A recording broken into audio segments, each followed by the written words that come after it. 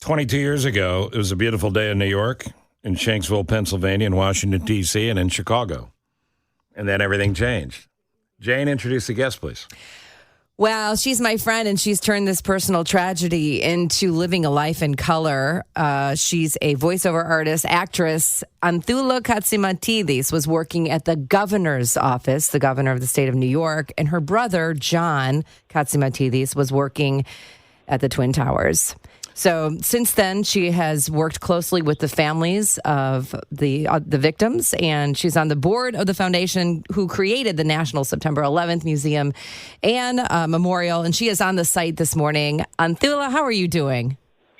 Hi, Jane. Good morning. Good morning, guys. I'm okay. Nice to have you. I can't imagine what this is like every year, but man, what a legacy you have forged. Very sorry for your loss, but you should be proud of the work you continue to do. Thank you so much for saying that.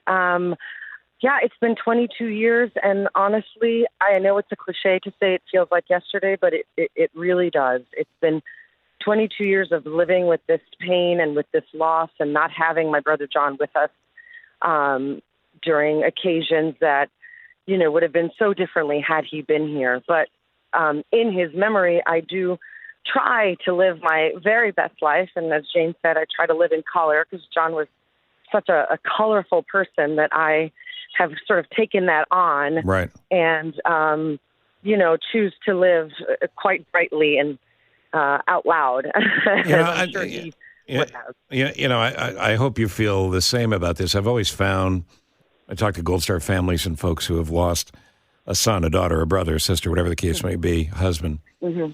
And I go, don't ask me about how he died. Ask me about how he lived. Mm-hmm. So talk a little bit more about your brother. What kind of person was he?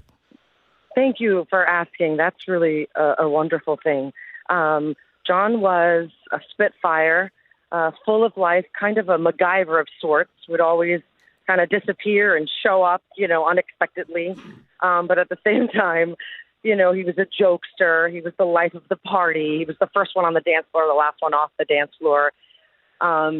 He was a caring and loving soul who really shouldered us as a family. During a previous tragedy, before he died, I lost another brother, and he was our saving grace throughout that tragedy. And losing him was just so devastating after that. But he was everyone's best friend. Everyone who met him thought he was their best friend. Yeah. Anthoula, and you truly do live a life in color. You're so much fun. And just your disposition and your positive attitude is really contagious when people are around you. I will say that day when you heard the news, I know that you did not give up hope. You thought your brother John was going to be okay. And I think that's fantastic. But part of what you did was then become a liaison for the other families as time went on. Talk a little bit about that. Was that helpful to you during that time? It must have been. You know what? I didn't think so at the time because I sort of just jumped in to help because I needed to do something. First, it was helping to find my brother, and then it was like, hey, Gov, what can I do? And so I got back to the office, and I immediately started fielding all the calls and requests from other 9/11 family members who had a lot to say at that time. There was a lot of grief and a lot of upset and a lot of confusion. And so I helped navigate those families through that confusion. And then eventually they created a Lower Manhattan downtown agency called the Lower Manhattan Development Corp that was responsible for really renovating and rebuilding Lower Manhattan. And I was the official kind of designated family liaison. And that's where stuff got really rough because everyone, there were different stakeholders and everyone had a different opinion about what was happening. It was pure chaos. And I just had to, kind of be there for the families and stand up for the families and sometimes disagree with the families. And so while it was cathartic to help, it also was the hardest job I've ever had. I can't imagine. And I'm sure it continues to be, but I'm guessing you've also made lifetime friends through this. Yeah, that's a really good point, actually. I have a lot of 9/11 families that we may not see each other until today, every year, but we always or throughout the year, maybe we'll communicate via text, but we'll, talk about our new events that have happened in our lives, and babies being born and marriages happening and that sort of thing. And actually this year I'm really excited to see everyone because I got married in June. Congratulations. And thank you. So for me, it's finally like going to be a day of solace. Yeah. And peace and kind of a reckoning, if you will. I get to see these people, and I get to visit my brother, and his name is etched in stone, and it's in bronze actually, and it's just my mom's here, and my husband is here this year, and so it's a little different this year. I would encourage everyone who is certainly of an age to remember how they felt on that day.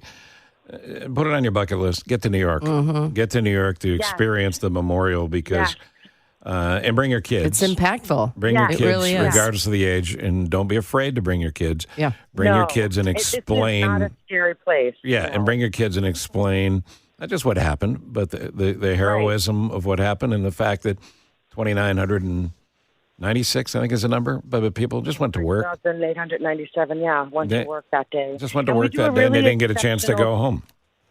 We do an exceptional job in the museum explaining the facts, and some parts of it are hard, but if we don't continue to educate, one of our main focuses besides memorializing our loved ones is to educate the masses and the younger generations about what happened here. So, we never forget, but also so history doesn't repeat itself. Right. So I encourage all you Chicagoans to come for a visit and pay your respects and learn about what happened here so that we never forget.